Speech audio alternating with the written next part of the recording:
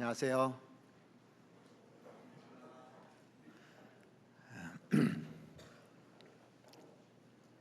이제 연말이 됐으니까 찬양대 봉사하실 분들도 좀 지원해 주시고 교회 학교 또 교사들도 지원해 주셨으면 감사하겠습니다. 같이 잠깐 기도드리겠습니다.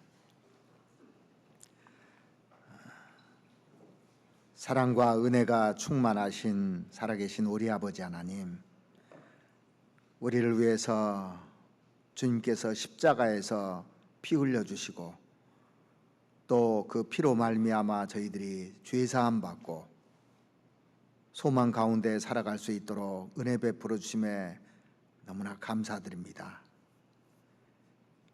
하나님께서 우리를 얼마나 사랑하시는지 성경에 쓰여 있고 또 하나님이 우리와 함께 동행하는 것도 우리가 느끼면서 살아가고 있습니다. 하나님이 우리를 보호해 주시고 인도해 주시고 또 성장시켜 주시는 주님, 우리가 나머지 생을 주님의 은혜 보답하면서 사는 생이 될 수 있도록 늘 도와주시옵기를 바랍니다. 오늘 이 시간 주님께서 우리에게 나타내시고자 원하시는 그 귀한 말씀을 저희들이 마음으로 받고 또 행함으로 실천할 수 있도록 도와주시옵기를 바랍니다. 우리 형제자매들 중에 병으로 있는 그 형제자매님들, 주님께서 그 옛날 유대 땅에서 각종 병자들을 고쳐주셨던 그 능력으로 병을 낫게 해주시고 또 영적으로 힘들어하는 분들은 또 말씀으로 힘을 주시고 위로해 주셔서 살아날 수 있도록 하나님 도와주시옵기를 바랍니다. 국내뿐만 아니라 해외에 있는 많은 선교사들과 그 가정들도 주님이 함께 해주시고 도와주셔서 힘있게 복음 전할 수 있도록 은혜 베풀어 주시옵기를 원합니다.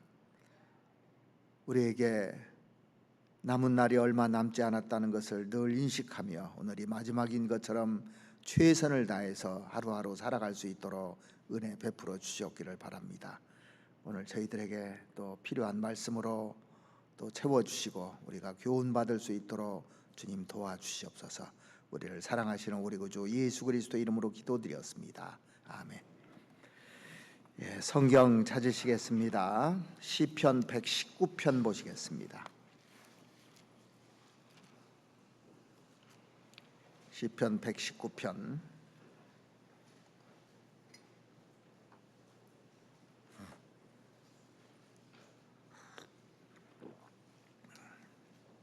시편 119편 97절 말씀 보시겠습니다. 시편 119편 97절 한 절만 같이 한번 읽어보도록 하겠습니다. 내가 주의 법을 어찌 그리 사랑하는지요, 내가 그것을 종일 묵상하나이다.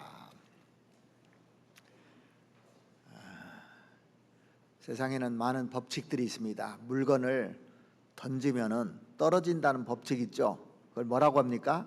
중력의 법칙이라 그럽니다. 씨를 뿌리면은 거둔다는 법칙이 있어요. 우리가 그래서 그 씨를 뿌리면은 그보다 훨씬 많은 것들을 이렇게 거두지 않습니까? 그래서 자연에 많은 법칙들이 있는 것처럼 신앙에도 법칙이 있습니다. 그래서 그 많은 것을 아는 것보다 더 중요한 게 뭐냐면 법칙을 아는 것이 참 중요한 겁니다. 그래서 법칙이라는 것은 규칙적으로 반복적으로 일정하게 그 일어나는 현상을 가지고 법칙이라 그럽니다. 여기 성경에는 이 법칙이 참 많이 나와 있어요. 여기 시편 119편 찾아놓으셨으니까 27절도 한번 보시겠습니다. 27절에 보시면 나로 주의 법도의 길을 깨닫게 하소서, 그리하시면 내가 주의 기사를 묵상하리이다. 나로 주의 법도의 길을 깨닫게 하소서. 이 법도라는 것이 법칙입니다. 그래서 신앙 생활하는데 이 법칙을 잘 잡잖아요. 법칙을 잘 알면 신앙생활하는데 진짜 도움이 많이 됩니다. 그래서 법칙이라는 것은 보편적인 겁니다. 그래서 누구나 신뢰할 수 있고 확신할 수 있는 것을 가리켜서 법칙이라 그럽니다. 그러면은 이 세상에 왜 그 많은 법칙들이 존재할까요? 무질서하지 않고 법칙들이 존재하는 것은 하나님이 존재하시기 때문에 그렇습니다. 하나님은 질서의 하나님이시고 법을 만드신 분이 하나님이기 때문에 그 법칙이 존재하는 겁니다. 그리고 왜 법칙이 변하지 않는 거냐면 하나님은 변하지 않는 분이시기 때문에 이 법칙이 존재하는 거예요. 하나님이 요동하고 그러면 법을 자꾸 바꿀 거 아닙니까? 자, 우리나라 보면은 법을 자꾸 바꿔야 안 바꿔요? 자꾸 바꿔요.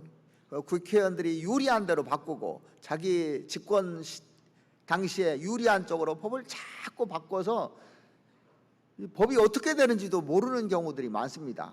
옛날에는 이런 법이었는데 지금은 그런 법이 적용이 안 되니까. 그래서 세상에는 많은 법칙들이 세워놔도 자꾸 변하지만은 하나님이 정해놓으신 법칙은 변하지 않는 겁니다. 왜냐하면 말라기 3장 6절 말씀해 보시면 나 여호와는 변혁지 아니하나니 그렇게 돼 있어요. 하나님은 하나 법칙을 딱 정해놓으면요 변하는 분이 아닙니다. 하나님 바뀌는 분이 아닙니다. 성경이 바뀐 적이 없잖아요. 하나님이 딱 얘기하는 대로 그대로 되는 겁니다. 불변입니다. 그래서 그 신앙생활을 하면서 느끼는 것이 뭐냐면 날이 가면 갈수록 이 법칙에 따라서 사는 것이 행복하구나. 이걸 저는 참 많이 느낍니다. 그 시편 119편 91절 한번 찾아보시죠. 91절 천지가 주의 규례대로 오늘까지 있음은 만물이 주의 종이 된 연곤이다. 자, 여기 규례라는 것이 법칙이라는 말입니다. 우주 만물은 정확한 법칙과 규칙에 의해서 작용하는 거예요. 우주가 저절로 되는 게 하나도 없습니다. 다 규칙이 있고 법칙이 있어요. 그래서 우리 지구에 사람이 사는데 하나님이 법칙을 딱 정해놨습니다. 태양과의 거리를 딱 띄워놓고 달과의 거리를 딱 띄워놨잖아요. 달은 38만 킬로, 태양은 1억 5천만 킬로 띄워놓고 그 궤도를 일정하게 돌 수 있도록 그래야 사람이 살기 때문에 이렇게 법칙을 정해놓은 겁니다. 그런데 이게 변하느냐고요. 이게 변화가지고 하나님이 요동한다면 뭐 화성으로 갔다 금성으로 갔다 기울으면 사람이 살 수가 없는 겁니다. 그래서 이걸 보면은 너무 감사한 거예요. 법칙이 있다는 것이 너무 행복하고 감사한 겁니다. 자, 하나님이 봄, 여름, 가을, 겨울을 만들어 놨는데 어김없이 겨울이 오잖아요. 그러죠? 조금 있으면 어김없이 봄이 오고 꽃이 핍니다. 낮이 지나가면 반드시 밤이 오잖아요. 아이가 태어나면 반드시 성장해 가잖아요. 하나님은 그렇게 법칙으로 딱 놔둔 겁니다. 왜 이런 일들이 벌어지냐면 하나님이 그렇게 정해놓은 겁니다. 과학 교과서에 보면은 많은 법칙들이 나옵니다. 천체의 법칙, 물리의 법칙 이런 것들이 나오는데 신앙 생활은 법칙인데 성경에 가장 법칙이 많이 나와요. 그래서 법칙을 잘 아는 것이 중요한 겁니다. 이 자연계에 대해서도 법칙을 잘 알면 유용합니다. 마찬가지로 신앙생활에서도 이 법칙을 잘 알면 안전하고 행복하고 기쁨이 있어요. 법칙만 잘 지키면 사람은 기쁘게 돼 있는데 이 법칙권을 넘어가면 재앙이 와요. 그래서 이스라엘 백성들이 하나님이 그어놓은 선이 있거든요. 선이 있는데 그 선을 넘어가니까 그 예를 들어서 설명을 하잖아요. 예레미야 5장에 보면은 그 하나님께서 모래를 해놨는데 모래를 딱 차는데 바닷물이 모래를 넘어가지 않는다고 그랬습니다. 그렇게 법칙으로 정해놨는데 이스라엘 백성들은 이거 넘어갔다고 돼 있어요. 그래서 짐승들도 법칙을 잘 안 넘어갑니다. 자연 모든 것이 하나님께서 잡아놨기 때문에 만물이 주의 종이 된 연곤이다 그랬잖아요. 만물이 주의 종이 돼가지고, 종은 그 주인의 말을 딱 따르잖아요. 이렇게 다 법칙을 지키는데 사람만이 자꾸 넘어간다는 거예요. 이게. 가만히 생각해 보십시오. 사람만큼 법을 넘어가고 망가뜨리는 것이 없잖아요. 우리에게 자유의지를 줬는데 방종하고 있는 겁니다. 잘못하고 있는 겁니다. 그래서 오늘은 성경에 많은 법칙이 있는데 법칙 2가지만 마음속에 딱 심었으면 좋겠습니다. 많은 법칙이 아니라 딱 2가지만 한번 평생 이 법칙을 따라서 살아보면은 정말 행복하게 돼 있어요. 자, 첫 번째 법칙이 뭐냐면, 교만하면 꺾인다는 게 성경 창세기부터 요한계시록까지 흐르는 법칙입니다. 창세기부터 마지막까지 이 법칙이 적용돼요, 전부 다. 그러니까 인류 역사를 쭉 보면은 교만하면 꺾인다. 교만하면 왜 꺾이느냐면 그 배후에 하나님이 계시기 때문에 그래요. 하나님이 없으면 이 법칙이 작용하지 않습니다. 교만하다는 것은 일단 하나님과 정반대의 길을 걷고 있다는 얘기입니다. 그렇죠? 하나님은 겸손의 왕입니다. 그러니까 반대의 길을 걷고 있는 겁니다. 그러니까 꺾여질 수밖에 없는 거예요. 이거는요, 이걸 딱 심어야 되는 겁니다. 역사를 이렇게 쭉 보면은 교만하면은 다 꺾였잖아요. 왜냐하면 배후에 겸손하신 하나님이 계시기 때문에 하나님이 교만한 것을 놔두지를 않습니다. 마귀는 뭐예요? 교만의 왕이잖아요. 마귀가 교만의 우두머리입니다. 그래서 교만의 길을 걷고 있다는 것은 마귀의 길을 걷고 있다는 것과 동의어라고 할 수가 있습니다. 자, 성경 잠언 18장을 한번 찾아보시겠습니다. 잠언 18장 12절입니다.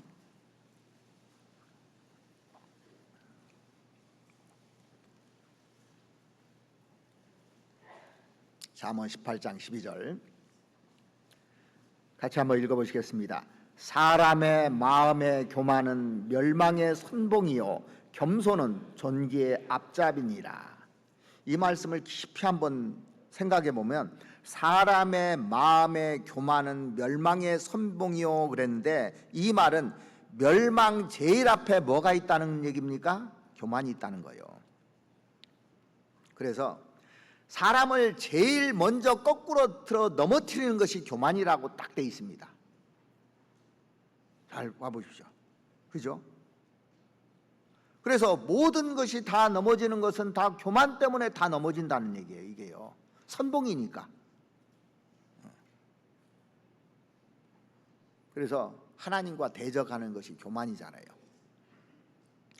그리고 겸손은 존귀의 앞잡이라. 그러니까 겸손한 사람은 존귀 여김 받는다는 얘기입니다.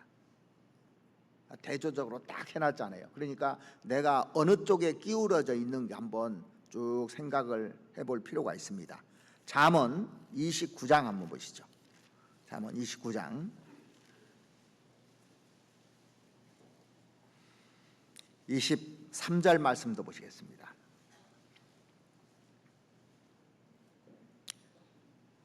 23절 사람이 교만하면 낮아지게 되겠고 마음이 겸손하면 영예를 얻느니라. 그러니까 교만하면 낮아진다는 것이 법칙이라는 겁니다. 역사 속에서 제일 교만한 자가 마귀였는데, 마귀가 나중에 어떻게 됐냐면 지옥 맨 밑창에 들어갔잖아요. 그죠? 최고 낮아진 위치까지 낮아지게 돼버린 겁니다. 그러니까 가장 교만한 것이 하나님과 같이 되려고 도전했다가 떨어진 것이 마귀입니다. 그러니까 사람이요, 가장 높이 올라갔다 떨어지면요, 낮게 올라갔다 떨어지는 것보다도 이거는 중상, 사망입니다. 사망. 그러죠? 조금 올라갔다가 떨어져 봐요. 1층에서 떨어졌어요. 그러면 조금 다칠 수 있습니다. 2층에서 떨어지면 조금 더 다쳐요. 3층에서 떨어지면. 근데 제일 높은 층에 올라갔다 떨어지면 사망이잖아요. 그러니까 높이 올라가는 것이 정말 좋은 게 아니라는 겁니다, 사실은요. 제가 여기 지금 저 선 자리로 보면 제일 높이 있지요, 제가. 여러분들 앉아 있고, 저는 여러분들은 말을 하고 있고 저는 말을 하고 있잖아요. 그러니까 제가 말 한마디만 실수하면 이게 문제가 되잖아요, 그죠? 예. 가만히 있으면 문제가 안 돼요.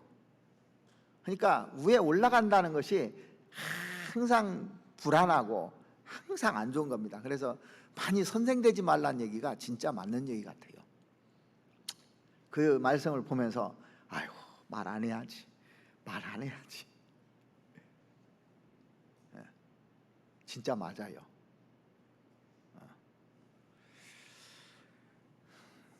이 마귀가 제일 높이 올라갔다 떨어졌죠. 그 다음에 지옥 맨 밑창 그보다 조금 위에 있는 게 뭐예요? 적그리스도잖아요. 요한계시 1장에 적그리스도가 들어가요. 그 다음에 거짓 선지자 들어가요. 그 차곡차곡 쌓이는 겁니다, 이게요.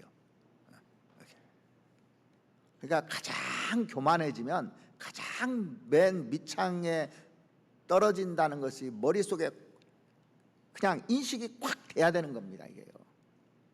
제일 중요한 겁니다, 사실은요. 신앙생활 가운데서.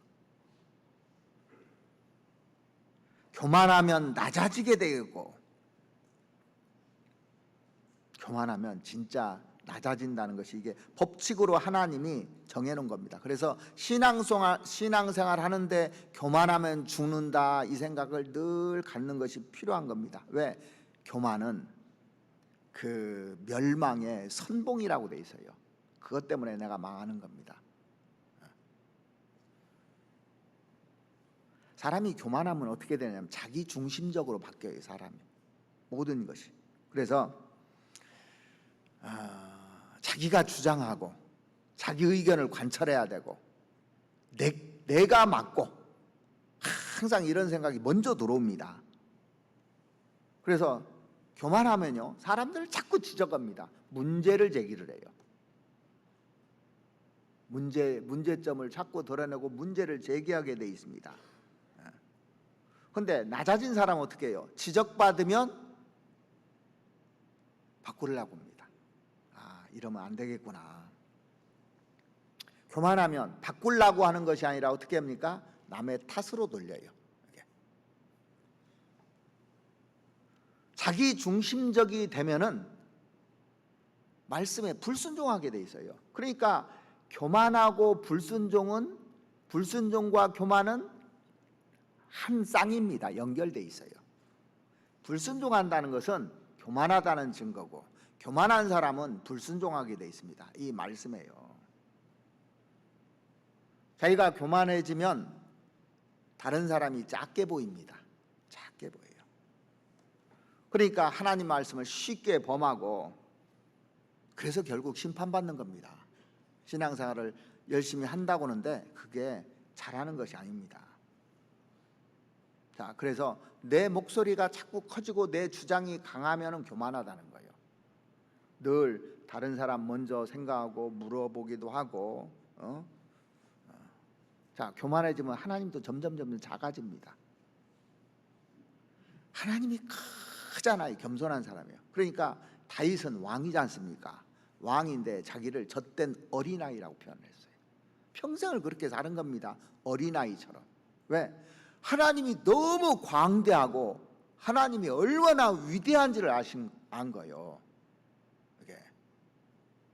그래서 그 하나님이 이 별들도 몇 개만 만들어 놔도 되잖아요, 그죠? 우주도 이렇게 크게 안 만들어도 되지 않습니까?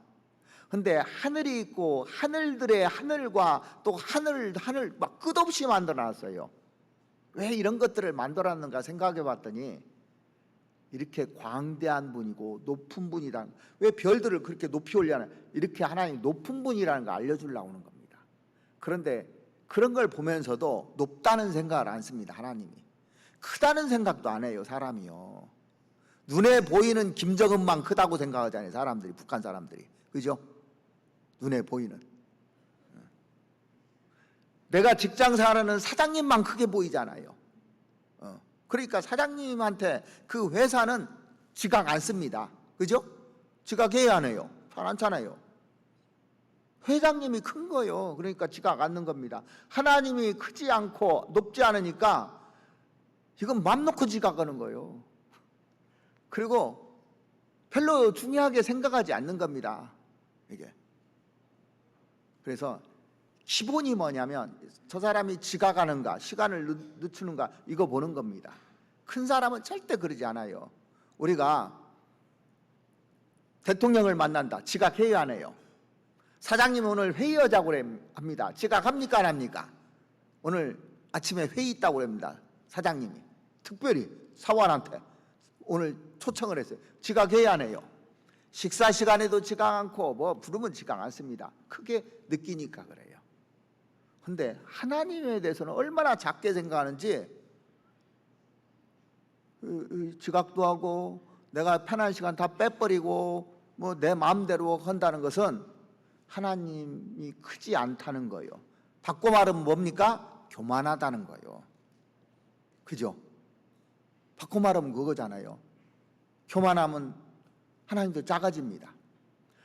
형제자매들과 약속한 것도 작아집니다. 형제자매들 속에 하나님이 계신데 그것도 무시해버리는 거예요.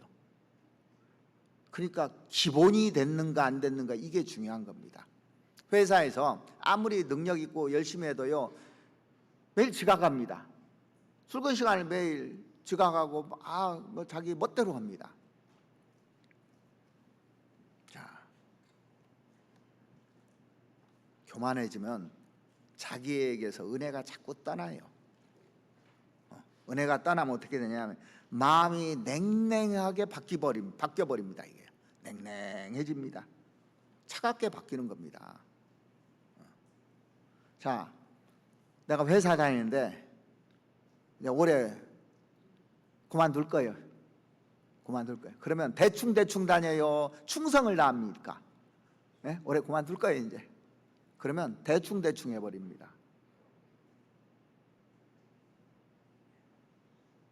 그러니까 마지막까지 최선을 다하는 게 중요한 거예요. 그 사람이 올해 그만둬도 충성을 다해서 다 하잖아요. 그러면 나중에 사람들이 그 사람은 마지막까지 정말 회사를 위해서 산 사람이라고 마지막을 인식합니다. 마지막 인식되는 게 제일 중요해요. 요즘은 그런 게 없는데 저 이제 대학교 다닐 때는요, 그 음악다방이 있었어요. 음악다방. 그 DJ들이 막 틀어줘요. 마지막. 그래서 그 종이에다 신청을 합니다. 뭐 막 외국 노래도 듣고 싶고 뭐 듣고 DJ가 판을 틀어서 틀어줍니다. 그런데 그 안에 있을 때 들었던 음악이 아니라 제일 마지막에 들었던 음악을 들으면서 흥얼흥얼하면서 나와요. 그것만 남아요. 제일 마지막이 중요한 겁니다. 그래서 우리가 그 성경에 보면은 그런 그 표현들이 많이 나와 있는데 에스겔서 한번 찾아보죠. 에스겔서 17장을 한번 보시겠습니다.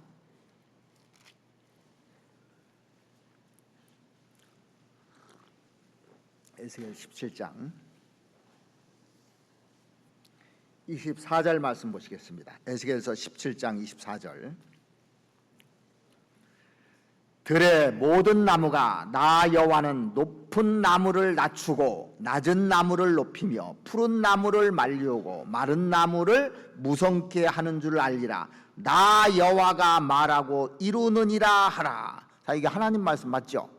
나 여호와가 말하고 이루느니라 그렇게 했는데, 하나님은 겸손의 왕이시기 때문에 나 여호와는 높은 나무를 낮추고, 이게 뭐냐면 나는 높은 나무다, 나는 잘되고 있는 나무다, 나는 좀 괜찮은 나무다, 자기 스스로 그렇게 생각하는 사람 주인이 낮춰버린다는 겁니다.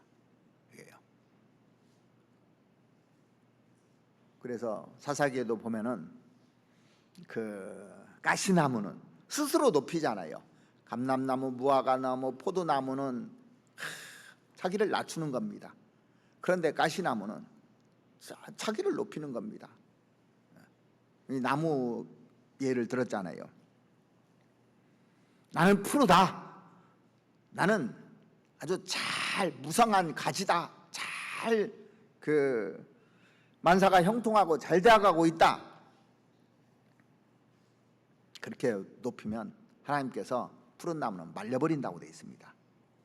그런데 나는 마른 나무 같은 사람이다.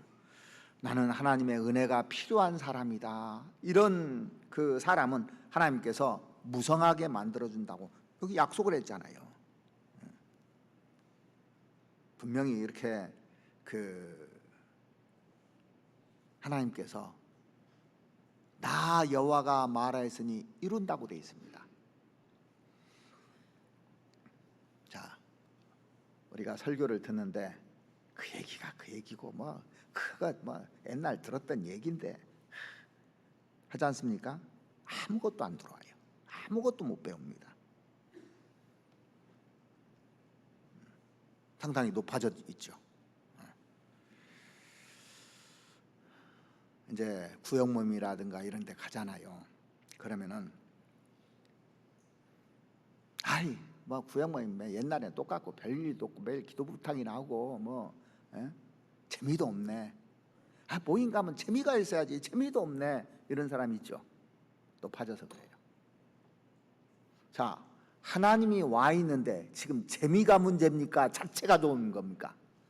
하나님 자체가 좋은 거예요. 지금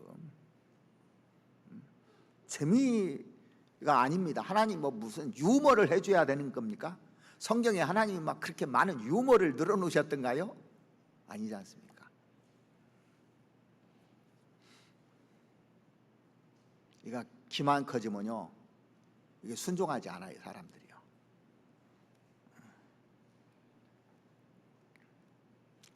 그래서 높아지면 하나님께서 여기 뭐라고 했냐면 말려버린다고 돼 있어요. 또 성경에 시편 한번 찾아보시겠습니다. 시편 107편에 한번 보시죠. 시편 107편 33절 말씀 보시겠습니다.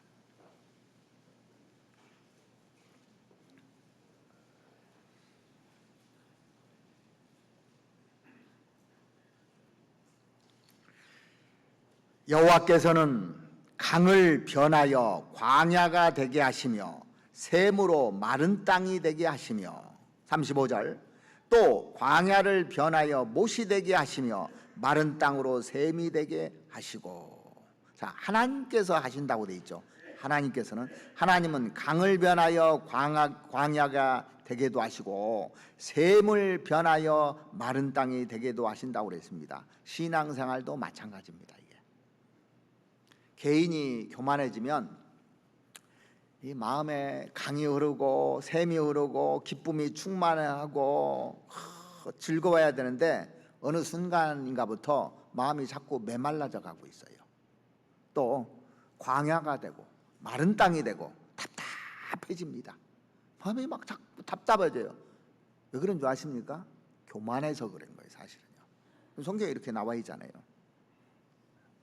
자기가 희생하고 마음을 낮추면 주님께서 광야를 변해서 못이 되게도 하시고 마른 땅을 샘으로도 바꿔주시고 은혜가 강처럼 흐르게 한다고 분명히 성경에 돼 있잖아요. 그러니까 이게 법칙이라니까요. 딱따구리가요 나무를 팍 쪼아댔답니다.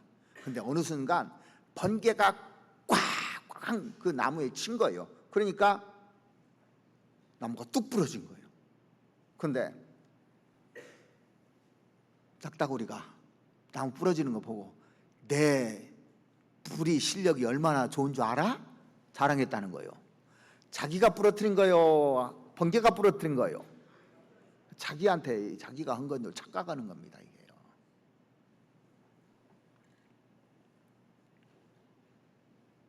우리도 뭘 능력 있게 뭐 하면 자기가 한 줄 알아요. 자, 하나님이 지혜 줬고 재능 줬고 건강 좋고 그렇게 할 수 있는 머리 주어서 한 것이지 내가 한 게 아니거든요.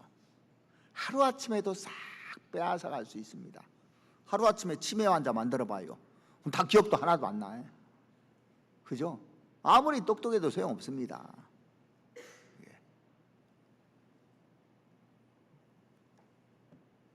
그래서 잘 되면 내 탓, 못 되면 남 탓. 그래서 부모 탓도 하고 환경 탓도 하고 또 누구 형제자매 탓하고 교회 탓하고 교만하다는 증거입니다. 사실은요. 마음이 겸손하면 내가 잘못되고 내 문제고 자기 탓으로 돌리게 돼 있습니다. 그리고 하나님께 영광을 좋으면 영광을 하나님께 돌리게 돼 있고, 뭐든지 잘 되면 하나님이 나를 이렇게 능력 주고 재능 주고 해서 이렇게 됐다고 생각하는 겁니다. 그래서 마음이 교만해지면 자기 중심이 된다는 것을 늘 생각해야 되는 겁니다. 사람이 교만이 올라오면 은혜가 떠나요. 은혜가 떠나지 않습니까? 즐거움이 없고 기쁨이 없고 하지 않습니까? 내리막길로 걸어갈 수밖에 없어요. 이거는요. 왜 교회 안에서, 가정에서, 직장에서 다들 이렇게 문제가 생기느냐? 교만 때문에 그렇습니다. 우리 교회가 그렇다는 것이 아니고 미리 예방주사를 놓는 거예요. 우리 하면 안 된다고. 그렇게 하나님께서 잘 하시는 분들 많잖아요. 다. 제가 그 사무엘 하에 보면은 그 내용 나오죠. 우사 집에 법궤가 들어오잖아요. 그래서 그 집에 법궤가 몇 년 동안 있었습니까? 20년 동안 있었어요. 법궤가. 법궤를 만지면 죽는다는 거 압니까? 모릅니까? 다 알아요. 사람들이. 이 법궤를 만지면 안 되는 겁니다. 손으로. 그러니까 법궤가 있으니까 불안해요, 안 불안해요? 만지면 죽으니까. 우리 집에 법궤 들어오는 것이 불안한 겁니다. 사실은요. 좋으면서도 하나님이 함께 하시니까 좋으면서도 만지면 죽으니까 불안한 겁니다. 구원받은 사람도 구원받으면 즐겁고 행복한데 말씀을 제대로 안 들으면 하나님 징계하니까, 말씀대로 안 하면 징계하니까 막 불안하기도 하죠. 말씀대로 안 살 때는. 그런데 그 우사와 야요가 자기 집에 법궤가 있으니까 이렇게 생각했을 겁니까? 이렇게 생각했을 거예요. 처음에는 법궤 절대 만지면 안 된다고. 만지면 죽는다고. 그러니까 옆에 갈 리도 없어요. 근처도 안 가려고 그래요. 이게. 처음에는 법궤 보면서 겁나니까 근처도 안 갔습니다. 점점 세월이 흘러가는데 아무 일도 없잖아요. 별로 큰 일도 없고. 그러니까 이제 가서 구경도 하고 법궤 구경도 하고, 야, 참 멋있게 생겼구나. 그런데 만지면 죽는다니까 만지진 않아요. 이렇게 구경도 이제 다 합니다. 그리고 집이 평화롭고 아무 일도 없고 좋은 겁니다. 세월이 흘러가면서 이제 늘 같이 있다 보니까 이게 법궤가요, 하나님이 함께 하시는 걸로 느낀 것이 아니라 상자로 변했어요. 상자로. 그냥 상자깡 하나처럼 그냥 있는 거예요. 그냥.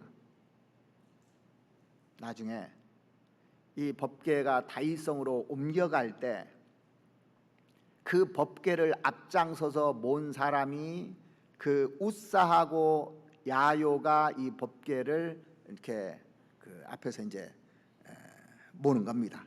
이 소를 몬 사람이에요. 소에다 이제 실어가지고 법궤를 가져갔잖아요.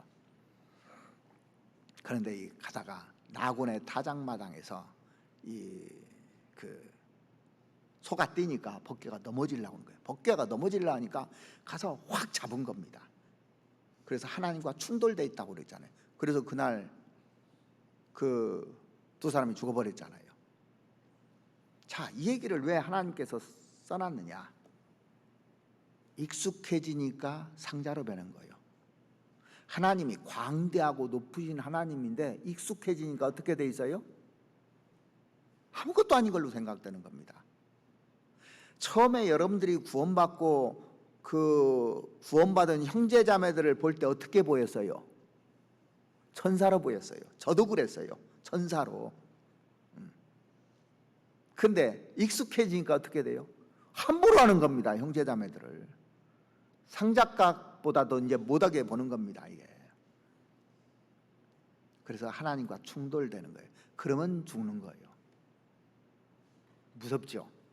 제가 왜 법궤를 이렇게 쭉 써놨는가 생각해 보니까, 야, 이게 사람이 그 무감각해지는 게 이게 큰 문제구나. 크신 하나님이 커지지를 않는 거예요. 이게 주님이 머리고 우리가 몸이라고 배웁니다. 근데 그렇게 생각하지 않아요. 그러니까 집안에서도요, 남편이 처음에는 컸는데 남편이 그 다음부터 어떻게 돼요? 이제 남편이 아무것도 아닌 겁니다. 이거 막 질서를 세워놨는데 함부로 하는 거예요. 이제 교회에서도 마찬가지고 직장에서도 그렇고. 이걸 왜 그 법궤에 대해서 만지면 죽는다고 써놨는지 한번 보십시오. 그걸 보면서 참 교훈이 많이 됐습니다. 마태복음 16장 18절 말씀해 보시면, 너는 베드로다. 내가 이 반석 위에 내 교회를 세우리니. 내 교회 누구 교회요? 하나님 교회입니다. 그런데 마치 자기가 교회 주인인 것처럼 착각하는 사람들이 있어요. 그 중에 보면은요, 교회들 이렇게 쭉 보면요, 교회에 그런 분들이 가끔 있더라고요. 우리 교회는 없어서 다행입니다.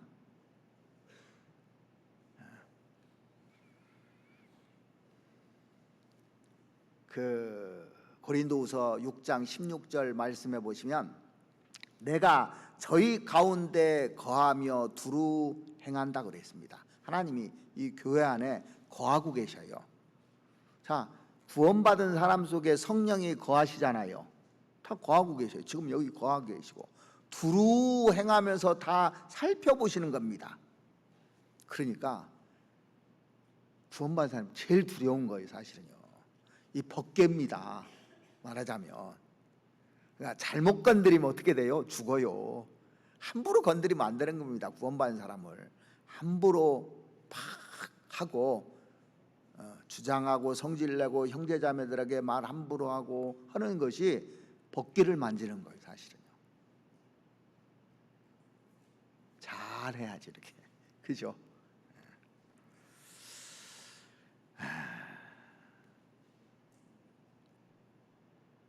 처음에 교회 들어왔을 때 정말 조금 전에 말씀드렸듯이 천사같이 보였고, 다 그냥 존귀하면 보였고 위대하게 보였고, 그런데 1년 지나고 2년 지나고 이제 세월이 지나다 보니까 형제자매들의 단점도 보이잖아요. 그리고 부족한 것도 보이잖아요. 또 자기 마음에 안 드는 것도 보이잖아요. 시간이 지나면서요, 점점 역사하시는 하나님이 안 보이고 눈이 흐려져 버립니다. 이게 안 보이는 거예요. 그러면 이제 자기가 나와서 휘둘르는 겁니다. 이 교만해서 그런 거예요. 하나님 보여야 되는 거예요. 자, 모이면 그냥 모이는 걸로 알아요. 사람들이 그냥 구역 모임한다, 조모한다, 그냥 우리가 모였다고 생각하는 겁니다. 어떤 사람은 거기에서 자기 주장하면서 지고 흔드는 사람도 있고, 그러다가 이제 하나님과 꽝 부딪힙니다. 하나님하고 충돌하는 겁니다. 왜 충돌하냐? 왜 사람이 충돌하는 것은 교만하기 때문에 충돌하는 겁니다. 이게 진짜 구원받고 나서 조심해야 될 것이 이거라고 생각합니다. 자, 내가 구원받은 것이 확실한데 잘못된 교리를 가지고 들어온다? 교만해서 그런 거예요. 도덕적으로나 이런 것으로 잘못된 것에 막 빠져서 막 휘둘린다? 교만하면 그렇게 되는 겁니다. 하나님이 안 보이니까. 그러니까 죄를 지으면서 봉사한다는 것은 어림없는 소리입니다. 사실은요. 어떤 때는 하나님 눈도 감아주는데 지속되잖아요. 드러나면 뽑아버려요. 이게요. 교만하면 망한다는 것이 법칙이잖아요. 이게 꺾인다는 것이 법칙입니다. 그래서 주님 오시는 그날까지 이거 조심하는 게 1번이에요. 사실은요. 신앙생활 오래 하면 오래 할수록 더 조심해야 돼요.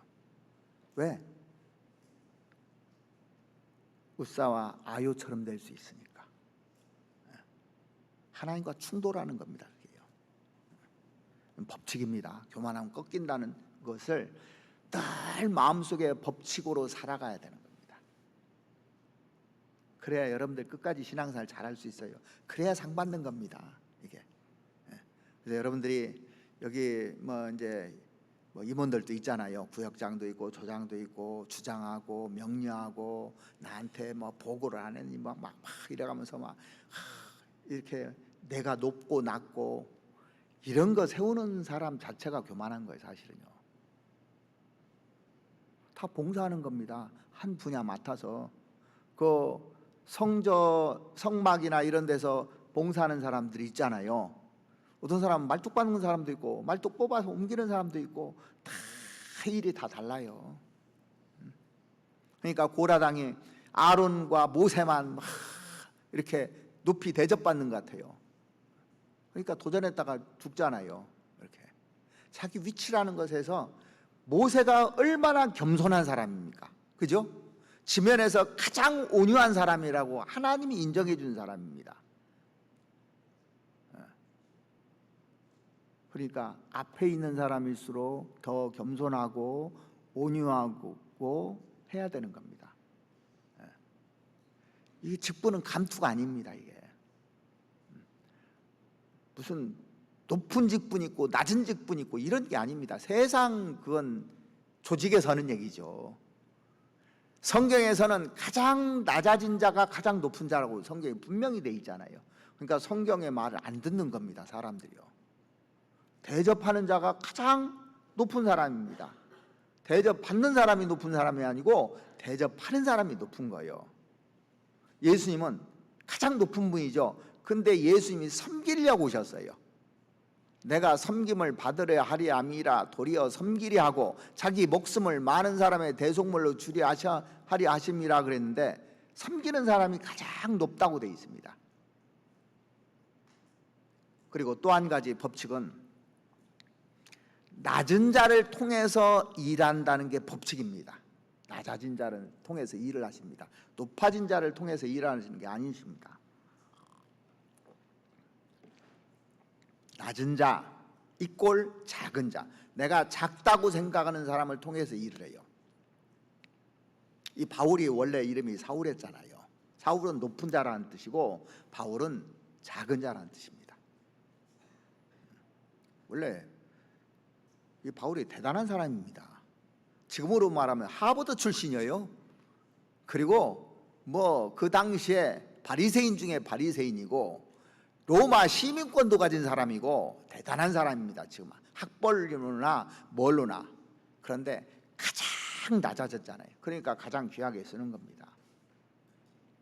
우리 교회도 또 의사분들도 있고 직업이 좋은 분들도 있고 그런데 정말 감사한 것은요, 그런 분들이 더 겸손하더라고요. 늘 감사합니다. 사실 내세우지 않고 더더욱 겸손해요. 보니까. 그러니까 교회가 잘 되는 겁니다.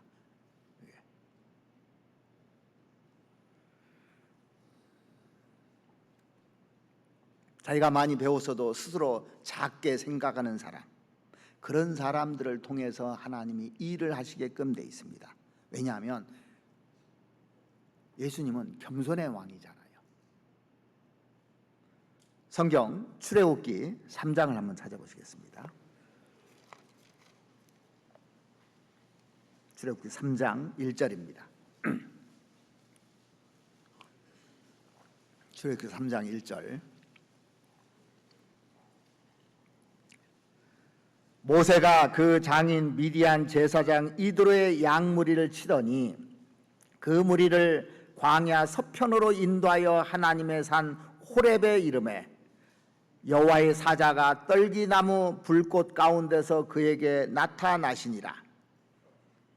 그가 보니 떨기나무에 불이 붙었으나 사라지지 아니하는지라. 하나님께서 모세에게 나타나실 때 떨기나무 불꽃 가운데서 나타나셨다, 이렇게 기록되어 있습니다. 제가 그 이스라엘에 가서 떨기나무를 봤는데, 이스라엘 이집트에서 봤습니다. 이집트 떨기나무를 이렇게 봤는데요, 우리나라 개나리 있죠. 나는 나무라서 아주 거창한 줄 알았어요. 개나리 그 꽃 안 핀 거, 이렇게 늘어진 거 있죠. 담장이 이렇게 늘어져서 쭉 펴 있는 그런 나무예요. 그러니까 기대오고 봤는데 볼품 하나도 없더라고. 저기서 불꽃 가운데서 그 하나님 모세에게 나타나셨는가, 그 생각이 들더라고요. 그런데 그 중동에 가면 백향목 나무라고 얼마나 반듯반듯하고 막 이 집에 대들보에 쓰는 나무입니다.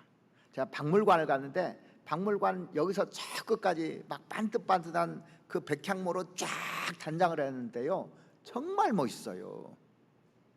그런 나무에 하나님이 나타나신 게 아니잖아요. 초라한 그 떨기나무에 하나님이 나타나셨어요. 예수님이 이 땅에 오실 때도 어떻게 오셨는지 한번 보시죠. 멋지게 오셨습니까? 초라한 모습으로 오셨습니까? 볼품없는 모습으로 나타나셨어요. 그래서 그 이사야서 53장 2절 말씀해 보시면 그는 주 앞에서 자라나기를 연한 풀 같고 마른 땅에서 나온 줄기 같아서 고운 모양도 없고 풍채도 없은즉 우리 보기에 흠모할 만한 아름다운 것이 없도다 그랬잖아요. 예수님이 나타나셨을 때 정말 마른 땅에서 나온 줄기 얼마나 멋이 없습니까? 초라하게 오셨습니다. 그런데 그곳에 주님이 계셨어요. 세상 사람들이 우리를 보면 초라하게 보이잖아요. 근데 우리 안에 하나님이 계셔요. 똑같은 겁니다. 출애굽 당시에 이스라엘을 제외한 애굽이라든가 이런 나라들은 강한 나라입니다. 애굽이 얼마나 화려합니까? 광대한 나라입니다. 그런데 이스라엘 백성들은 초라한 백성들이에요. 가시덤 나무처럼. 이스라엘 백성들 노예에 불과하잖아요. 그런데 그들에게 하나님이 함께 하셨습니다. 그들에게, 낮아진 자들에게. 당대 가장 비참하고 낮은 자들이 이스라엘 백성들이었습니다. 자기 힘으로는 어쩔 수 없기 때문에 하나님께 부르짖던 백성들이었어요. 이스라엘 백성들이. 거기에 주님이 함께 하셨습니다. 주님이 이 땅에 오셨을 때도 정말 그 초라한 모습으로 오셨지 않습니까?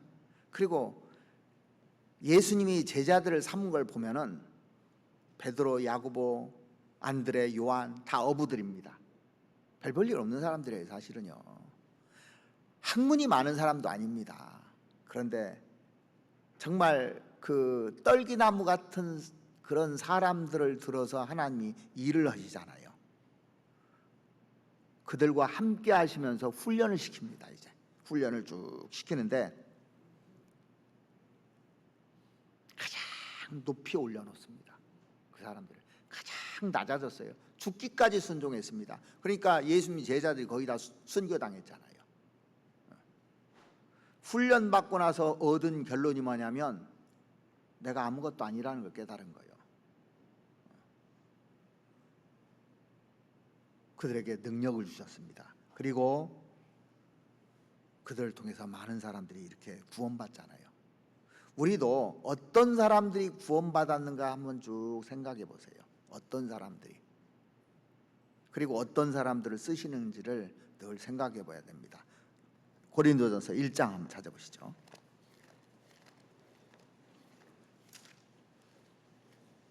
고린도전서 1장 26절입니다.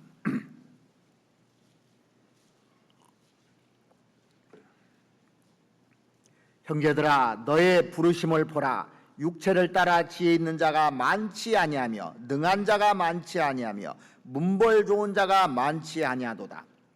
그러나 하나님께서 세상에 미련한 것들을 택하사 지혜 있는 자들을 부끄럽게 하려 하시고 세상에 약한 것들을 택하사 강한 것들을 부끄럽게 하려 하시며 하나님께서 세상에 천한 것들과 멸시받는 것들과 없는 것들을 택하사 있는 것들을 폐하려 하시나니 이는 아무 육체라도 하나님 앞에서 자랑하지 못하게 하려 하십니다. 지혜 있는 자가 있기는 있지만 많지 않다고 돼 있죠.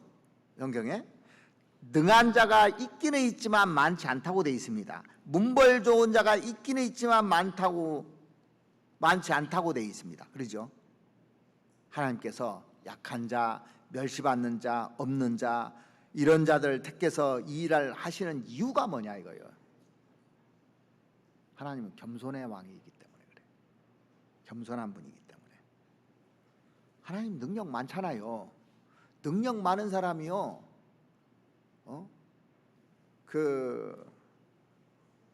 능력이 많기 때문에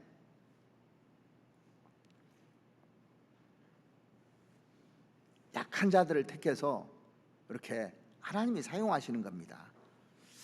이 모세가 이집트에서 40년 살았잖아요.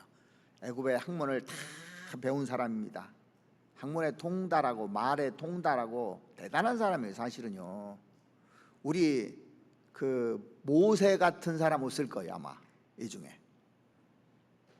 그런데 그 모세를 하나님이 쓰시지 않았어요. 애굽에 40년 동안 그 학문을 배운 모세를 하나님이 안 쓰셨습니다. 뭐 했습니까? 그거 가지고 사람 죽였어요. 그 잘난 지혜 가지고 사람 죽였잖아요. 그런데 미디안 광야의 도피에서 이제 40년 동안 훈련을 받게 됩니다. 무슨 훈련 받았냐면 낫게 되는 훈련을 받았어요. 뭐하고 지내요? 양하고 지냈어요. 광야에서 양하고. 양 순하잖아요. 양 보면서 양 닮아간 거예요. 그러니까 짐승도 잘 키워야 되는 것 같아. 짐승도 보면요, 염소를 자꾸 키우면 사람이 고집세질 것 같아. 돼지를 자꾸 키우면 냄새가 나잖아요. 그럴 것 같아. 근데 소는 정한 짐승이요. 소 키우면 소가 이게 온유하잖아요. 하나님 제사로 드리는 거잖아요. 그러니까 소를 닮으면 사람이 온순해질 것 같아. 양을 키우면 더울 것 같아. 짐승을 키워도 그런 걸 키워야 될 것 같아. 그죠? 제 생각입니다. 그러니까 가끔 보면요, 소 키우는 사람들 보니까 착하더라고. 돼지 키우는 사람은 좀 또 이게 냄새가 자꾸 나. 개를 키우면 더울 거요. 그래서 사람도요, 온유한 사람하고 같이 놀면 온유해져요. 싸나운 사람하고 같이 하면 싸나워집니다. 자기도 모르게. 이게 조금은 맞는 것 같죠. 다 그런 건 아니지만. 그렇다고 혹시 돼지 키우는 사람인데 나 돼지 다 팔고 다른 걸로 바꾸라는 얘기 아닙니다. 자, 그래서 이제 미디안 광야에서 자기 껍질이 다 벗겨진 겁니다. 그리고 순진하고 양같이 바뀌어졌어요. 그래서 지면에서 가장 온유한 사람으로 되니까 그때 하나님이 쓰시잖아요. 근데 나는 괜찮은 사람이다, 나는 능력 있는 사람이라, 뭐 이런 사람, 하나님 그런 능력이나 기백 가지고 쓰시는 거 아닙니다. 착각하면 큰일 납니다. 아브라함이 나중에 나이가 먹고 신앙생활 오래 한 다음에 깨달은 것이 뭐냐면 하나님 앞에 티끌과 같은 나라는 걸 깨달은 거예요. 나는 티끌만도 못하는 걸 깨달았다. 하나님이 그렇게 높고 크게 보였던 겁니다. 자기가 교만하거나 하면은 그렇게 절대 얘기를 못하게 돼 있어요.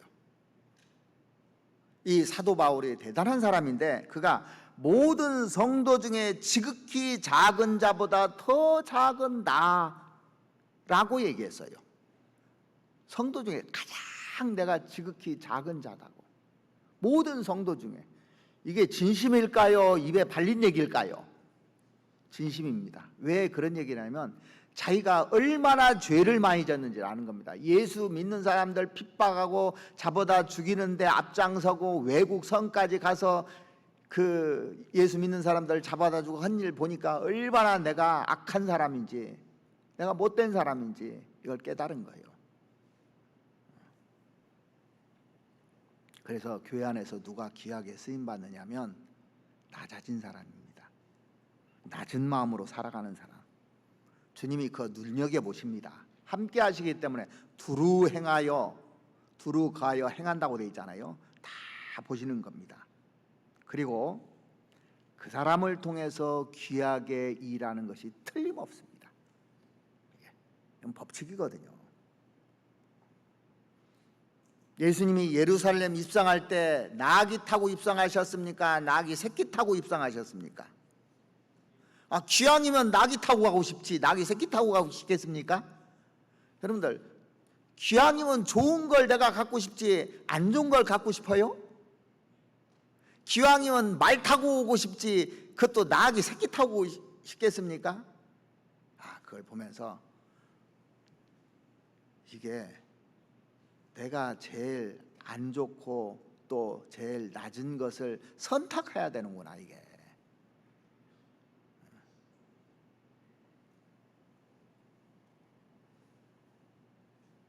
하나님이 어디다 몸을 얹으셨는가 보세요.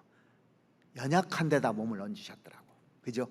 말에다 얹으신 것이 아니라 나귀, 그것도 나귀 새끼 가장 연약한 데다가 몸을 얹으셨어. 그리고 예루살렘 입성했습니다. 그러니까 주님이 누구와 함께 하느냐? 떨기나무 같다고 생각하는 사람에게 주님이 역사하고 나귀 새끼 같은 사람에게 주님이 역사하는 것이 맞는 겁니다. 그래서 그 야고보서 4장 6절 말씀해 보시면 하나님은 교만한 자를 물리치시고 겸손한 자에게 은혜를 주신다 하였느니라 그랬습니다. 교만한 자 물리치고 겸손하고 낮아진 자에게 은혜가 쭉 가는 겁니다. 겸손한 사람은요 감사하는 사람이 돼요. 뭘 해도 감사합니다.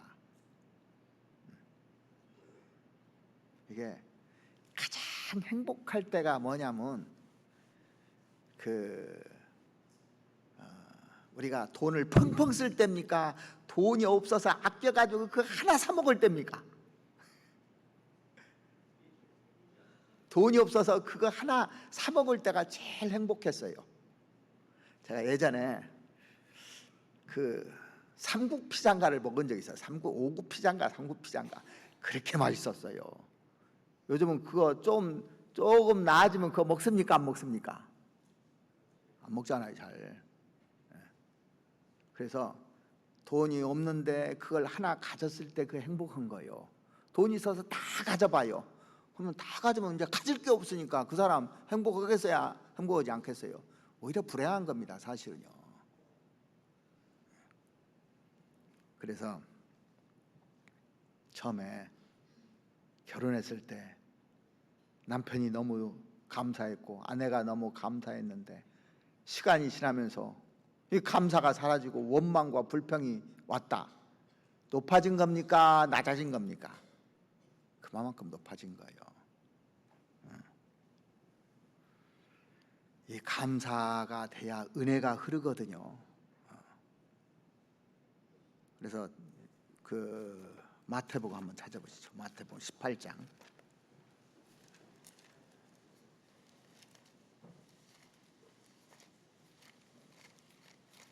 마태복음 18장 3절 말씀 보시겠습니다.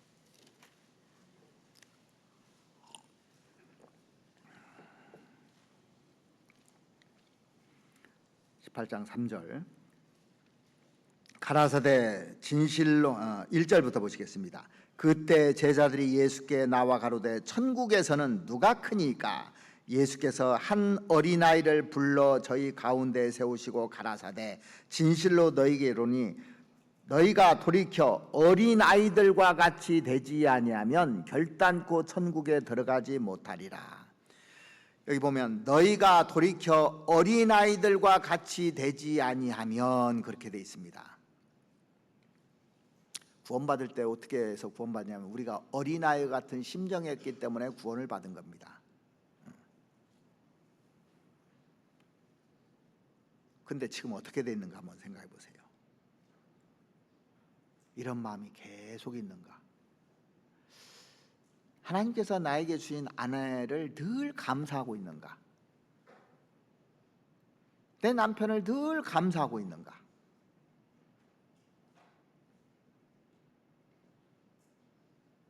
시간이 지나면서 원망과 불평이 온다면 상대방이 문제가 아니라 내가 문제인 겁니다. 제가 이제 그 구역 모임이나 이런 데 가면은요, 어떤 사람이 한 30분, 40분 혼자 얘기하는 사람도 있잖아요. 그럼 여러분들 마음에 어떤 마음이 생깁니까? 네? 속에서 뭐가 올라오죠. 근데 이제 구원받은 사람이 그 구역 모임에 참석했어요. 그럼 어떻게 합니까? 아, 저렇게 하는 거구나. 그것도 감사되고, 그러죠? 뭐든지 다 감사가 되는 겁니다. 구원받으면. 근데 좀 지나면은 왜 저러지? 이게 올라와요. 그러니까 그때 다시 생각한 것이 하나님 인내를 배우라고. 그것도 감사가 되고. 그러니까 좋은 면 보면서 그렇게 해야 되겠다는 거 감사, 안 좋은 면 보면서 이렇게 안 해야 되겠다고 감사. 범사에 감사란 말이 맞잖아요. 그렇게 살면. 그러니까 문제될 게 하나도 없는 겁니다. 이것도 감사, 저것도 감사해요. 찬송은 부르더라고요. 이래도 감사, 저래도 감사. 찬송은 많이 부르는데 실제 이래도 감사, 저래도 감사하는지. 마음이 낮춰지면요, 애들한테도 배울 게 진짜 많아요. 마음이 낮춰지면 이게 다 맞는 말이 들려요. 이게 마음이 높아지면 안 배우게 되는 겁니다. 그 어거스틴 아시죠? 아우구스티누스 어거스틴. 한 사람이 와서 이런 질문을 했어요. 신앙생활의 비결이 뭡니까? 뭐라고 대답했냐면 겸손입니다. 그러면 두 번째 비결은 뭡니까? 두 번째도 겸손입니다. 세 번째 비결은 뭡니까? 마찬가지로 세 번째도 겸손입니다. 그랬어요. 그래서 신앙의 길을 가는데 제일 안전한 길이 겸손의 길을 걷는 것이 가장 안전하고 낮아진 길을 걷는 것이 가장 안전한 겁니다. 그렇다고 해서 어떤 사람이 그래, 나 구역장 높아진 것 같은데 부구역장에 있으면 좋겠다. 그게 아닙니다. 구역장은 높고 부구역장은 낮은 그런 개념을 갖고 있더라고요. 전혀 그게 아니에요. 그거 잘못 생각하고 있는 겁니다. 그런 생각은 아예 버려야 돼요. 목사는 높고 형제자매는 낮고 이런 게 어딨냐고요. 하나님 보실 때도 그럴까요? 전혀 그렇지 않다고 생각합니다. 저는 하나의 맡은 찬양대 봉사하듯이 저도 말씀으로 봉사하는 사람이에요. 사실 전혀 높아질 이유도 없고, 이제 힘든 것이 제가 결정해야 되니까 하나님께 기도하고 결정해야 되는 겁니다. 제 의나 또 내 속에 있는 이런 거 가지고 결정은 문제가 되잖아요. 그래서 늘 하나님께 묻고 기도하고 기다립니다. 하나님 근데 때가 되면 다 일을 하셔요. 왜? 일을 하시는 여호와라고 돼 있잖아요. 내가 일을 하는 것이 아니고 하나님이 일을 하는데 나는 얹어서 가는 사람입니다. 그러니까 내가 앞장서서 가면 안 되고 하나님이 가면 뒤따라가는 게 나아요. 북한에서는 김정은의 앞에 가면 죽인다면서. 그러죠? 자기 딴은 앞에 가도 안 죽이더라고. 근데 하나님보다 앞서가면 안 되는 겁니다. 말씀보다 앞서가면 안 되고 기도보다 앞서가면 안 되는 거예요. 내가 주장하고 앞서간다는 건 높아졌다는, 하나님보다 높다는 얘기입니다. 그래서 천국에서 누가 크냐고 그랬잖아요. 이 어린아이와 같이 되지 않으면 결단코 천국에서 클 수 없다고 돼 있습니다. 그러니까 낮아진 사람이 크다는 얘기를 강조하고 있는 거잖아요. 천국에 들어가는 것도 낮아진 사람, 어린아이 같은 마음이 있는 사람이 들어가고, 천국에서 큰 사람도 그 사람이 크다고 분명히 얘기를 해놨어요. 5절 한번 보시겠습니다. 또 누구든지 내 이름으로 이런 어린아이 하나를 영접하면 나를 영접함이니. 마음이 높아지면 어떻게 돼요? 애들 오면 야 저리 가 저리 가, 아, 귀찮아 조용히 해, 막 이래버리잖아요. 그게 아니라는 겁니다. 여기 보면 어린아이 하나를 영접하면, 그 초등학생도 구원받았어요. 또 이렇게 있잖아요. 그러면 그 잘 해주면 하나님 영접하는 거라고 돼 있습니다. 나를 영접함이니 그렇게 돼 있습니다. 그러니까 마음이 낮추면 애들도 귀하게 생각합니다. 마음이 낮아지면 인제 구원받은 사람을 귀하게 생각합니다. 이게 마음이 높아지면요, 내가 오래됐다고 깔아뭉깁니다. 그리고 함부로 합니다. 막 시켜먹어요 그냥 다. 7절에 보시면 실족해 하는 일들이 있음을 인하여 세상에 화가 있도다. 실족해 하는 일이 없을 수는 없으나 실족해 하는 그 사람에게는 화가 있도다. 교만하면 어떻게 되냐면 남을 넘어뜨리게 되고 그 사람 탓으로 돌리게 됩니다. 자기 탓은 안 하는 겁니다. 다 자기는 잘하고 다른 사람은 못한다고 생각하는 거예요. 왜 저러냐고 생각하고 문제를 제기하는 겁니다. 마음이 낮춰지면요, 사람 실족해 하는 건 꿈도 안 꿉니다. 절대. 이제 구원받은 사람이 누구 막 하면서 실족해 하는 거 꿈꿉니까? 절대 꿈을 안 꿔요. 근데 마음이 높아진 사람, 우사 그 야유처럼 마음이 높아져 가지고 한 사람은 막 만지는 겁니다. 하나님과 충돌하는 겁니다. 그게요.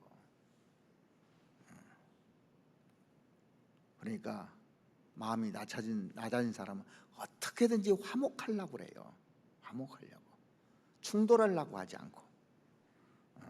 마태복음 5장 한번 보시죠. 마태복음 5장. 여기는 이따 18장 한번 더 보겠습니다. 마태복음 5장 먼저 보시죠. 5장 23절 말씀 보시겠습니다.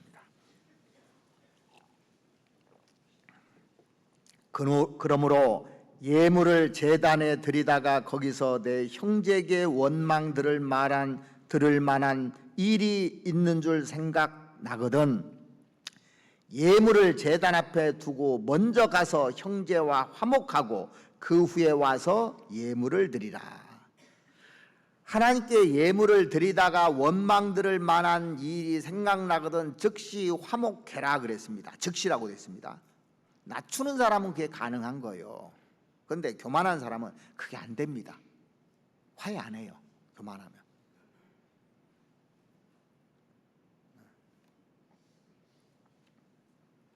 남을 넘어뜨리는데 신앙생활이 평탄하게 되겠습니까? 징계가 있기 때문에 신앙생활이 평탄하지 않습니다. 이게요. 자, 아까 봤던 그 마태복음 18장 다시 한번 보시죠. 18장 10절 말씀 보시겠습니다. 10절. 삼가 이 소자 중에 하나도 업신여기지 말라. 너에게 말하노니 저희 천사들이 하늘에 계신 내 아버지의 얼굴을 항상 배옵느니라. 자, 이 말 보면 무섭잖아요. 진짜 무서운 말이에요. 왜 그러냐면 삼가 이 소자 중에 하나도 업신여기지 말라 하면서 저의 천사들이, 자, 각자 천사들이 있습니다. 구원받은 사람들. 천사들이 하늘에 계신 내 아버지의 얼굴을 항상 배우는, 계속 가서 다 보고한다는 겁니다. 저 형제가요 나한테 이렇게 했는데요, 억울하게 했는데요, 누명을 씌웠는데요, 함부로 얘기했는데요, 이런 얘기 다 보고합니까 안 합니까? 다 보고가 올라가요. 잘한 것도 다 보고가 올라가고. 내가 작은 자라고 여기면 절대 업신여기지 않습니다. 함부로 말하지 않아요. 함부로 문제 삼지 않습니다. 막 험담하고 안 좋게 얘기하지 않아요. 좋은 것만 얘기하려고, 좋은 것만. 이렇게. 마음이 높아지면 자꾸 뭐가 어떻고 지적을 해요. 내 마음속에 지적하면요, 마음이 높아졌다는 얘기예요. 제가 그래서 뭐 있으면 불러다가, 내가 문제가 분명히 있거든요. 문제가 보여요. 불러다가 얘기하고 싶어도 겁나서 못해요, 제가. 그래서 막 문제 있다고 불러서 막 혼내고 그러던가요. 제가 보면 겁나는 거예요. 그래서 기도하면 때가 되면 오더라고요. 그럼 물어요. 그러면 설명해 줍니다, 이렇게. 그러면 자연스럽게 돼요. 하나님이 일을 하시게 해야 되는 겁니다. 근데 내가 강제적으로 막 어떻고 막 해서 문제 제기를 삼으면 그게 내가 높아졌다는 증거입니다. 12절 보시겠습니다. 너희 생각에는 어떻겠느냐? 만일 어떤 사람이 양 100마리가 있는데 그 중에 하나가 길을 잃었으면 그 99마리를 산에 두고 가서 길 잃은 양을 찾지 않겠느냐? 진실로 너희에게로는 만일 찾으면 길을 잃지 아니한 99마리보다 이것을 더 기뻐하느니라. 이와 같이 이 소자 중에 하나라도 이뤄지는 것은 하늘에 계신 너희 아버지의 뜻이 아니니라. 양 100마리가 있는데 한 마리가 길을 잃었습니다. 마음이 높으면 어떻게 될까요? 그 한 마리 뭐 잃어도 99마리 있는데, 이렇게 생각한다는 거예요. 근데 마음을 낮추면 지금 어디서 헤매고 있지? 그거 찾으려고 할 거 아닙니까? 내 자식이 10명 있는데 한 자식이 집에 안 들어와. 그러면 아이고 9명 있는데, 이런 부모 있어요, 없어요? 절대 그러지 않아요. 그 잃은 자식 하나 찾으려고 9명 아들 놓고 돌아다닙니다. 찾을 때까지요. 그래서 찾으면 얼마나 기뻐합니까? 그래서 하나쯤이야. 자, 우리가 구역장도 있고 조장도 있잖아요. 구역 식구들이 있는데 안 나와요. 그 사람 하나쯤이야. 이게 아니라 구역을 맡겨졌다는 것은 잃은 양 찾아내는 거예요. 잃은 양. 그래서 우리가 신앙생활 한다는 것은 뭐냐면 사람을 건지고 세우는 일을 하는 겁니다. 딱 두 가지밖에 안 해요. 일단 건지야 돼요.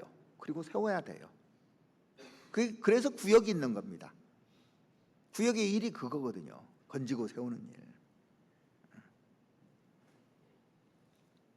겸손의 길을 걷고 있는 사람은 한 마리 양도 잃어지기를 원치 않는 겁니다. 그리고 15절 보시겠습니다. 내 형제가 죄를 범하거든 가서 너와 그 사람과만 상대하여 권고하라. 만일 들으면 내가 내 형제를 얻을 것이요 만일 듣지 않거든 한두 사람을 데리고 가서 두세 증인으로 입으로 말마다 증참케 하라. 만일 그들의 말도 듣지 않거든 교회의 말하고 교회의 말도 듣지 않거든 이방인과 세리같이 여기라. 이게 뭐냐면 교회적으로 문제되는 죄를 말하는 겁니다. 교회적으로 문제되는 죄를 지었을 때 권고할 때 안 들으면 어떻게 하라고 되어 있습니까? 안 된다는 것은 교만하다는 증거잖아요. 처음에는 한 사람이 가서 권고하고 안 들으면 두세 사람이 가서 얘기하고 안 되면 교회에 말하라고 되어 있습니다. 근데 교만한 사람은요, 그 말을 우습게 생각을 해버려요. 그러면 어떻게 생각하라고 했습니까? 이 사람 구원 안 받은 사람 간주해라, 쫓아내버리라. 그러니까 교회에 주님이 계시고 주님이 명령을 하시는 겁니다. 교회에서 말한다는 것은. 그래서 처음에는 권고하잖아요. 두세 사람 얘기하잖아요. 그래서 이제 불러다 교회 말도 하잖아요. 교회에서 얘기도 하잖아요. 뭐 간음을 했다든가 이런 경우 있습니다. 교회적으로 문제가 되는 이런. 또 교리적으로 문제가 되는 죄가 있어요. 이건 절대 들어와서는 안 되는 교리들을 가지고 들어왔을 때 이렇게 권고하라는 겁니다. 그리고 18장 21절 한번 보시겠습니다. 21절. 그때 베드로가 나와 가로되 주여 형제가 내게 죄를 범하면 몇 번이나 용서하여 주리이까? 7번까지 하오리까? 예수께서 가라사대 내게 이르노니 7번뿐 아니라 70번씩 7번이라도 할지니라. 이건 개인적인 죄를 말하는 겁니다. 예를 들어서 어떤 사람이 성격이 과격한 사람이 있잖아요. 그래서 말도 함부로 툭툭 하는 것 때문에 사람들이 다치는 경우가 있어요. 신앙생활 하다 보면 이제 자기 성격이 있어가지고 말을 함부로 해가지고 사람들이 상처를 받고 하는 경우, 그럴 때 얘기하는 겁니다. 이건. 그래서 내 형제가 내게 죄를 범하면 몇 번이나 용서하여 주리까? 그런 죄들은 7번까지 하오리까? 베드로가 칭찬받을 줄 알았어요. 7번 정도 하면 됩니까? 하고 베드로가 그 얘기면 칭찬받을 줄 알았잖아요. 그런 의미로 지금 물어보는 겁니다. 7번까지 하면 되겠습니까? 오냐 네 말이 맞다 이럴 줄 알았는데 예수님께서 7번뿐 아니라 70번씩 7번이라도 할지니라. 무슨 말이에요? 그런 것은 무한히 용서해 주라는 겁니다. 이게 교회 안에서 함부로 말하는 사람이 있어요. 막 함부로. 그러면 기다려주라는 얘기예요. 자식도 보면은 그런 자식도 간혹 있을 수 있잖아요. 기다려주라 이거예요. 그거는 개인적인 거. 이 교회적인 문제가 아니라 교리적이라든가 심각한 교회적으로 막 간음을 하고 또 막 이렇게 해서 문제가 되는 죄가 아니라 개인적으로 성격 때문에 그런 죄가 있으면 좀 기다려주라 이겁니다. 용서해 주라는 거예요. 그러니까 그런 거 문제 삼아야 돼, 안 삼아요? 문제 삼지 마셔요.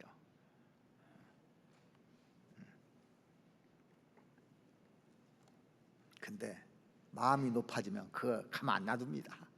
들이받아요, 서로. 높아져서 그래요. 성경에 이렇게 돼 있잖아요.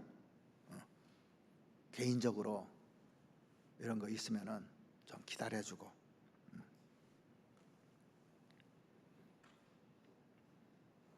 자, 그래서 나는 절대 용서 못해 이렇게 말하면 안 된다는 겁니다. 이런 죄는. 그러니까 교리적인 죄는 절대 용서가 안 되는 겁니다. 하나님이 쫓아버리라고 했어요. 그리고 간음해가지고 또 뭐 하면은 징계를 합니다. 교회에서 반드시 징계를 하게 돼 있어요. 그걸 서운하다고 하면 안 됩니다. 이방 결혼하면 하나님이 싫어하는 거잖아요. 징계하라고 돼 있어요. 성경에. 그건 교회적인 죄입니다. 그건 불러다가 얘기를 해요, 자꾸. 그런데 개인적으로 막 뭐 문제가 있고 뭐 하면 저한테 얘기하는 사람이 있어요. 그러면 듣고 끝나버려요. 저는 불러다 얘기 안 씁니다. 제가 기도해주고 또 기다려주고. 어떤 사람은 그러더라고요. 왜 불러다가 얘기를 안 해주고 불러다 혼을 안 냈냐고 그러더라고요. 성경에 용서해주라고 했다고. 성경이 그렇게 돼 있잖아요. 그래서 여러분들이 성경을 잘 보십시오. 나도 그럴 수 있어요. 우리 다 그런 사람들입니다. 나는 완벽합니까? 나도 부족한 것이 있어요. 그래서 서로 문제 삼지 말아야 돼요. 교회적인 죄 이해는 그렇게 문제 삼으면 안 되는 겁니다. 그래서 가정생활에서도 그렇게 문제 삼을 필요 있습니까? 없습니까? 가정생활에 전부 다 잘 자란 거 가지고 잔소리하고 문제 삼고 하니까 계속 문제가 있는 가정이 돼버리는 거예요. 교회도 자꾸 문제를 삼으면 문제 있는 교회가 돼버리는 겁니다. 제가 보니까 우리 교회보다 좋은 교회 없더라니까요. 제가 문제가 없어요. 제 눈에 하나도 문제가 없습니다. 다 용서할 수 있는 죄예요. 근데 간혹 보면은 이방 결혼을 한다든가 지금 우리 교회 안에는 뭐 다른 교훈 같은 거 제가 돌아와서 없으니까 그런 거 징계한 적 없는데 그런 것이 있다면 해야죠. 교회를 보호해야 되니까. 그러지 않고 우리 서로 문제 삼지 마세요. 좀 문제가 있을 수 있어요. 다 저부터도 문제 많은 사람인데 멀리서 보니까 문제 없죠. 가까이 와봐요. 문제 많지.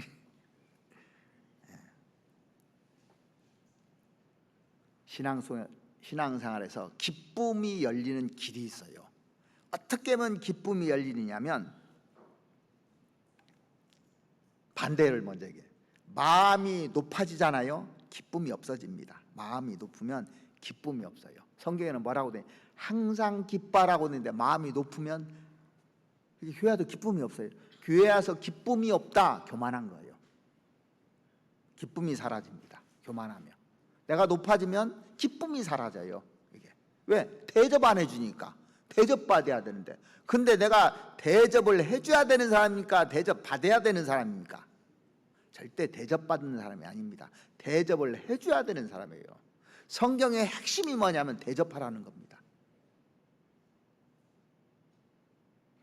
그리고 마음이 높으면은 기도가 사라집니다. 기도가 사라져요. 기도가 안 돼요. 형제자매를 위해서 기도가 됩니까? 안 됩니다. 교회를 위해서 기도가 됩니까? 안 됩니다. 근데 성경에는 마음이 낮아지면 어떻게 되냐? 쉬지 말고 기도하라고 하죠. 쉬지 않고 기도가 됩니다. 아, 저 형제 잘 됐으면 좋겠고, 저 자매 잘 됐으면 좋겠고, 저 형제가 그 사업을 한다는데 잘 됐으면 좋겠고, 오픈한다는데 잘 됐으면 좋겠고, 건강이 회복됐으면 좋겠고, 이런 기도가 돼요. 이게 마음이 높아지면 기도가 안 됩니다. 이게 가정에서도 그렇고. 마음이 높아지면 감사가 없어져요. 감사한 게 없습니다. 교회 와도. 범사에 감사하라 했잖아요. 마음이 낮아지면 범사가 다 감사한 거예요. 제가 아침에 와서 보면은 주차장에서 주차 봉사하고 또 막 그 청소하고 뭐 쓰레기 정리하고 하는 이렇게 쭉 봅니다. 아, 감사하는구나. 자기 집에서는 안 할 텐데 여기 와서는 다 하잖아. 감사한 거요. 감사해서 하는 겁니다. 그래서 마음이 높아지면 기쁨이 사라지고, 마음이 높아지면 기도가 안 되고, 마음이 높아지면 감사가 사라져요. 반대가 돼야 되는 겁니다.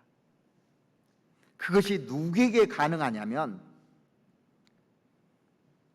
겸손한 사람에게 하면 가능한 겁니다. 하나님은 낮은 자를 통해서 이러는 겁니다. 딱 두 가지를 여러분들이 기억하세요. 교만하면 꺾인다는 거예요.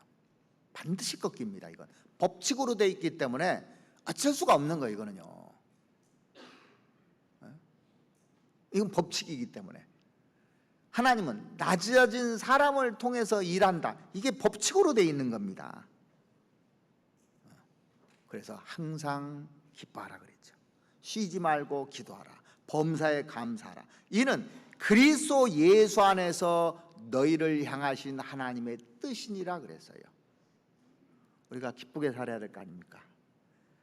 정말 기도가 끊이지 않도록 살아야 될 거 아닙니까? 그리고 범사에 감사하면서 살면 얼마나 행복하겠어요. 그런 교회가 되기를 바라요.